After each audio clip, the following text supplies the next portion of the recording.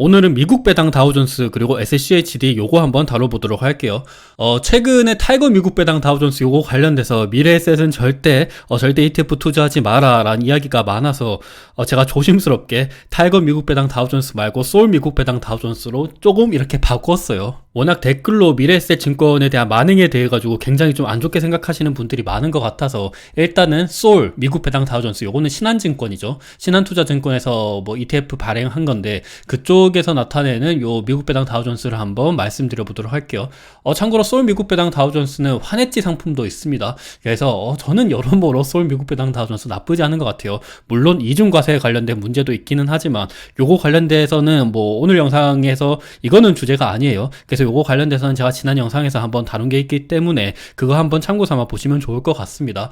일단은 제가 미국 배당 다우존스 그리고 SCHD에 대해서 말씀드리는 이유가 뭐냐면 최근에 나스닥, S&P 500이 굉장히 많이 하락을 하기도 했습니다. 특히나 엔비디아, 브로드컴 그리고 테슬라 이런 쪽으로 빅테크 기업들 주가가 많이 떨어지기도 했어요. 그래서 올해 들어서 보면 QQQ 같은 경우가 지금 거의 한 강보합 정도로 떨어졌습니다. 원래 한 5% 정도 주가가 오르고 있다가 갑자기 5%, 지수가 5%면 개별 종목은 10%, 15% 떨어진 종목도 굉장히 많다라는 거예요.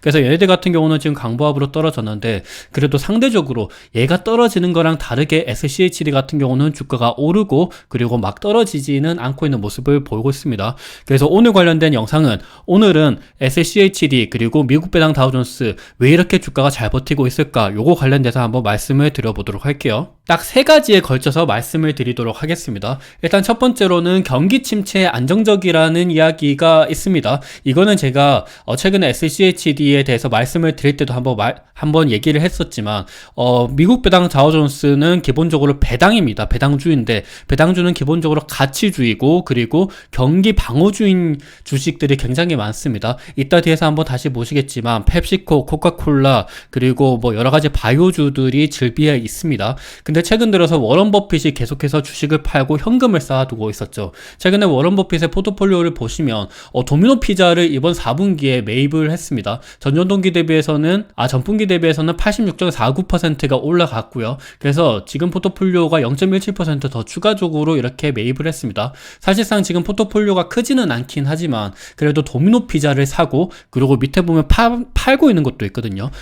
뱅크 오브 아메리카 그리고 캐피탈 원, 시티그룹 대표적으로 은행 그리고 뭐 증권 요런 쪽을 팔고 있어요. 근데 도미노 피자 사고 있고 옥시덴탈 페트롤리움 사고 있고 그리고 컨스텔레이션 브랜드 같은 경우는 새롭게 매입을 했습니다. 얘들 같은 경우가 뭐냐면 일단 도미노 피자를 보면 식품주죠. 경기 방어주라는 이야기입니다. 옥시덴탈 페트롤리움은 배당을 많이 주는 기업으로 굉장히 유명하고 컨스텔레이션 브랜드 같은 경우는 맥주 사업을 하는 기업이죠. 그래서 아무래도 좀 경기 침체에 대해서 어느 정도 방어적인 주식들을 워런 버핏은 매입을 하고 있다라는 특징점을 보였습니다. 뱅크 오브 아메리카, 캐피탈 원, 시티그룹 같은 경우는 은행주인데 은행주들 같은 경우는 경기가 좀 안 좋을 때 안 좋은 모습을 많이 보이고 있어요. 얘들 같은 경우는 굉장히 비중을 많이 줄이고 있는 모습을 보이고 있습니다. 시티그룹 같은 경우는 마이너스 1.08% 그리고 뱅크 오브 아메리카 같은 경우는 마이너스 1.93%나 포트폴리오를 줄이는 모습을 보였죠. 그리고 특히나 스파이랑 VOO, S&P 500의 ETF 같은 경우는 전량 매도를 하는 모습을 보였습니다. 그래서 이런 것들을 봤을 때는 워런 버핏은 지금 최근 들어서 경기 침체, 경기 둔화에 대한 좀 우려감을 표하고 있으면서 경기 방어주는 매입을 하고 있고 현금도 또 추가적으로 가져가고 있다라는 모습을 특징점으로 보실 수가 있어요. 그래서 일단 SCHD 최근 들어서 주가가 잘 버티는 이유 첫 번째는 경기 침체에 안정적이고 경기 방어주가 굉장히 많이 포함을 하고 있기 때문이다라는 것을 여기서 확인을 해볼 수가 있을 것 같아요. SCHD에 들어가 있는 종목을 또 특히나 보시면 에브비, 코카콜라, 암젠, 시스코, 화이자, 뭐 버라이즌, 텍사스 인스트루먼트, 브리스톨 마스퀴 뭐 이런 쪽으로 들어가 있는데 대표적으로 에브비, 암젠, 화이자 얘네들은 그리고 브리스톨 마스퀴 같은 경우는 바이오 주식들이죠. 우리나라는 바이오 주식들이라고 하면 좀 굉장히 유상증자도 많이 펼치고 그리고 주식을 새롭게 많이 찍다 보니까 좀 계속해서 R&D 투자에 많이 하고 있고 적자가 나타나고 있지만 미래의 한방을 노리는 요런 바이오주라고 생각을 하는데 미국의 바이오주들은 다릅니다. 얘들은 기본적으로 현금 창출 능력이 굉장히 뛰어나요. 왜냐하면 기본적으로 블록버스터 의약품들이 굉장히 많기 때문에 캐시카우가 있다라는 거예요. 그래서 얘들 같은 경우가 주가가 실적이 뭐 화이자 같은 경우는 다르긴 합니다. 얘는 코로나 때 워낙 백신을 많이 팔았기 때문에 좀 다르긴 한데, 그래도 평균적으로 뭐 암젠이나 에브비 같은 거를 보면 영업이익이 좀 안정적으로 나오고 실적도 굉장히 뭐 괜찮고 배당도 잘 주는 모습을 보입니다. 그래서 경기 방어주다라고 살펴보시면 좋을 것 같고, 코카콜라도 마찬가지죠. 코카콜라는 뭐 다들 아시잖아요. 여기는 경기 방어주인 거. 그리고 쉐브론도 뭐 배당도 많이 주고, 펩시코 같은 경우도 펩시콜라 당연히 그 뭐 괜찮고, 버라이즌 같은 경우도 경기 방어주다라고 살펴보시면 좋을 것 같습니다. 그래서 많은 비중이 경기 방어주로 들어가 있기 때문에 최근 들어서 경기 침체 뭐 이런 이슈가 있는데 상대적으로 얘네들 같은 경우는 좀 안정적이다라는 모습을 살펴볼 수가 있어요. 대표적으로 커뮤니케이션 서비스 같은 경우가 산업 전반적으로 섹터가 지금 최근 들어서 많이 떨어지는 모습을 보이고 있죠. 그리고 커뮤니케이션 시크릿컬, 요거는 경기 민감주, 뭐 테슬라가 이쪽에 들어가죠. 아마존도 이쪽에 들어갑니다. 그래서 얘들 같은 경우는 주가가 많이 떨어지고, 그리고 테크놀로지도 최근 들어서 주가가 떨어졌는데, 근데 상대적으로 컨슈머 디펜시브, 경기 방어주는 잘 올라가고 있습니다. 그리고 헬스케어, 바이오 같은 경우도 최근 들어서는 나쁘지 않은 모습을 보이고 있고, 그리고 리치 같은 경우는 당연히 금리 인하 때문에 최근 들어서는 계속해서 올라가고 있고, 유틸리티 같은 경우도 경기 방어주죠. 그래서 굉장히 괜찮은 모습을 보이고 있다. 근데 SCHD는 당연히 이런 쪽으로 들어가다 보니까 상대적으로 주가가 잘 버티고 있다라고 살펴보시면 좋을 것 같아요. 그리고 더군다나 중국의 AI 딥시크 쇼크에 따라서 나스닥 주가가 굉장히 많이 떨어졌어요. 뭐 엔비디아 같은 경우는 17%나 주가가 폭락을 하고 시총이 850조 원이나 증발했다라고 합니다. 삼성전자 2배. 삼성전자 2배보다 더욱더 큰 금액이죠. 그래서 이런 것들을 보면 최근 들어서 중국의 AI 굴기 때문에 미국의 AI 패권이 흔들리고 빅테크들이 많이 조정을 받고 있는데, SCHD에 들어가 있는 뭐 코카콜라, 펩시코, 그리고 이런 애들은 그렇게까지 상관이 없죠. 그러다 보니까 주가를 잘 버티고 있다라고 살펴보시면 좋을 것 같습니다. 중국의 AI 굴기 때문에 뭐 알리바바 주가를 보시더라도 올해 들어서만 67%나 주가가 오르고 있어요. 반대로 엔비디아랑 테슬라 주가를 보면 최근 들어서는 좀 안 좋은 모습을 보이고 있다라고 살펴보시면 좋을 것 같죠. 엔비디아는 그래도 이번에 실적이 잘 나타났더라고요. 그리고 이러한 주가 흐름은 역사적으로도 한번 증명이 됐었는데, SCHD, 스파이, 그리고 QQQ를 보시면 2021년도, 22년도 요때는 당연히 저금리 기조 때문에 QQQ가 굉장히 많이 올라갔어요. 나스닥, 당연히 빅테크 이런 것 때문에 주가가 많이 올라가는데, 22년부터 그때는 금리가 갑자기 올라가기 시작하면서 뭐 부동산 버블, 부동산 PF 이슈, 그리고 SVB 사태 이런 것 때문에 나스닥이 굉장히 많이 떨어졌어요. 근데 상대적으로 경기 방어주가 많이 포함되어 있는 SCHD 같은 경우는 주가가 그렇게까지 많이 떨어지지는 않았죠. 그리고 최근 들어서는 빅테크 때문에 주가가 많이 올라갔다가 나스닥 같은 경우는 조정을 받고 있는데, SCHD는 그렇게까지 조정을 많이 받지는 않고 있고 옆으로 좀 기고 있는 모습을 보이고 있다라고 살펴보시면 좋을 것 같습니다. 그래서 100% 나스닥을 투자하겠다라 그러면 사실상 조금 경기가 이렇게 막 꺾어질 때 그때는 좀 위험한 상황이 많이 나타나요. 그래서 일정 부분 포트폴리오에서 SCHD, 미국 배당 다우존스 이런 쪽으로 조금 포트폴리오를 확장을 하면 그래도 좀 안정적인 포트폴리오를 구성할 수 있다라는 점에 있어서 최근 같은 상황에서는 그래도 좀 안정적인 모습을 보였죠. 좀 이런 부분에 대해서는 한번 어느 정도 좀 염두하시고 투자를 해보시면 좋을 것 같습니다.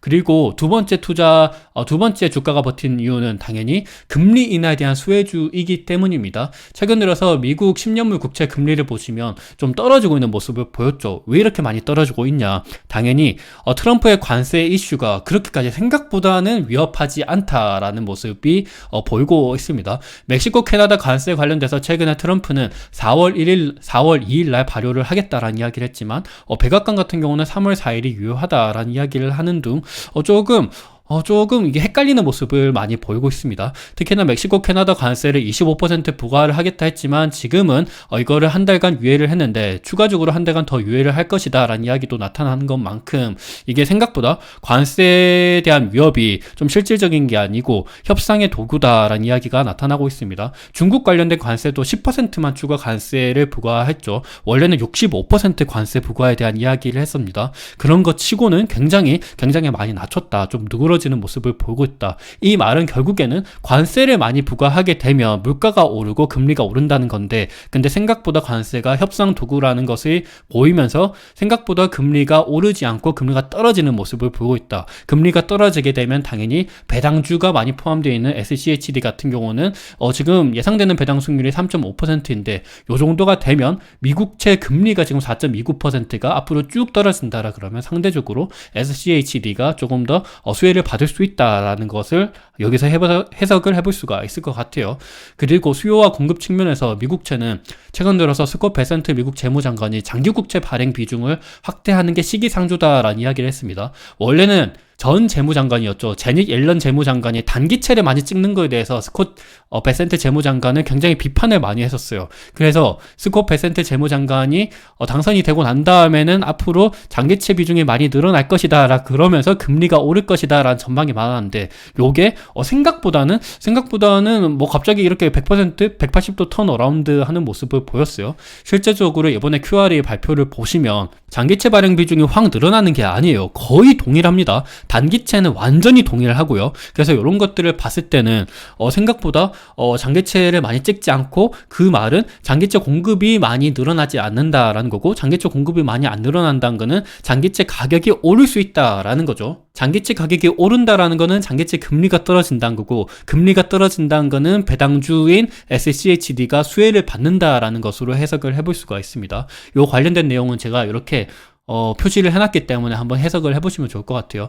이게 maintaining nominal coupon, 그러니까 국채 규모를 계속해서 유지하겠다라는 거죠. 몇 분기 동안 이렇게 해석을 해볼 수가 있고, 그리고 머스크의 도지 같은 경우는 재정 적자를 1조 달러 줄일 것이다 라는 이야기를 하고 있습니다. 돈을 그만큼 안 쓴다라는 거니까 국채를 많이 안 찍겠죠. 그러면 금리가 그만큼 덜 오릅니다. 그러면 SCHD에서 어느 정도 좀 수혜를 볼 수가 있다라는 해석을 해볼 수가 있죠.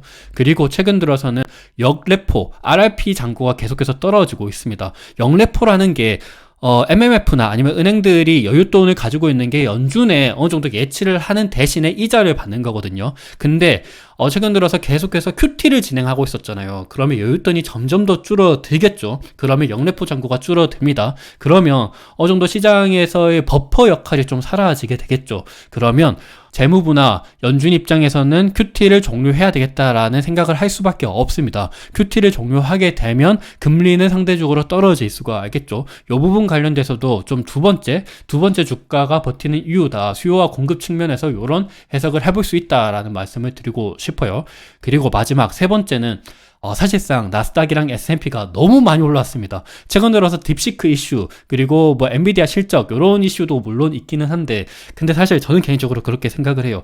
너무 많이 올라왔기 때문에 요거는 떨어지는데 그냥 명분일 뿐이다 라고 생각을 합니다. 장기적으로 뭐 당연히 엔비디아, 반도체, AI 당연히 계속해서 실적이 올라갈 거 알죠. 근데 당연히 산업이 좋아지는 거는 주가가 오를 것이다 라는 것을 100% 확신을 못 합니다. 주가랑 산업의 성장성이랑 완전히 100% 같이 볼 수가 없어요. 카카오 좋은 기업이죠. 근데 카카오 좋은 주식이라고 얘기하기에는 저는 좀 힘들 거라고 생각을 하는데, 요거랑 마찬가지로 AI 산업은 분명히 성장을 합니다. 전기차 산업도 분명히 성장을 하죠. 근데 산업이 성장하는 거랑 주가가 성장하는 거는 다릅니다. 그래서 그런 것들을 봤을 때는 나스닥이랑 S&P가 너무 많이 올랐다. 지난 5년간 나스닥은 150%, 주가가 2.5배 올랐습니다.